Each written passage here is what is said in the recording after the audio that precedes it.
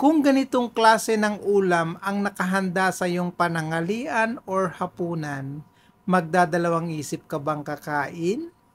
Please comment down below naman para alam ko kung anong sagot mo sa aking recipe. Magmamarinate muna tayo ng chicken breast fillet, konting pepper, konting salt, konting bawang, pagkatapos 4 na spoon ng barbecue sauce. Ayan.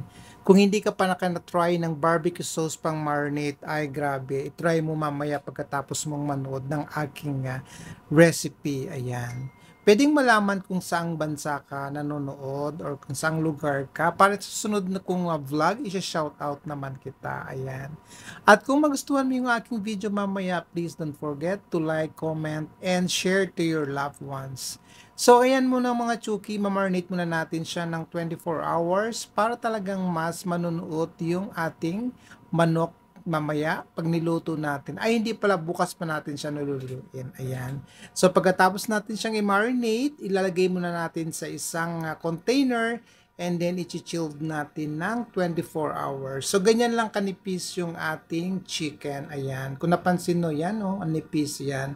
So, madali lang yan maluto mga chuki. So, ayan na, ilalagay na natin sa isang container na may takip para talagang may preserve yung ating chicken barbecue fillet. So, yan mga chuki, takpan natin and lagay natin sa chiller. And there you go mga chuki, after 24 hours, ayan, maglalagay tayo ng konting butter. Tutunawin muna natin siya kasi ito yung gagamitin natin sa kanya para medyo mag-fry yung ating chicken fillet. Ayan. So, ilalatag lang natin ng paganyan siya para maluto yung one side.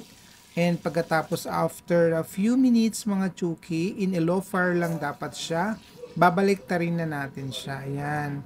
Ilo-low fire lang natin siya para hindi mabigla yung ating manok kasi ayaw nating matigas naman yung ating chicken fillet. So dapat soft pa rin siya. Ayan. So ganyan lang mga chuki, pagkatapos ng mga ilang minuto uli, titignan na natin siya. Ayan, pag ganito na siya, ayan, malambot, grabing lambot mga chuki nito Ayan, tatanggalin na natin siya. Isa-set aside muna natin kasi nga, lulutuin pa natin yung ibang mga chicken natin.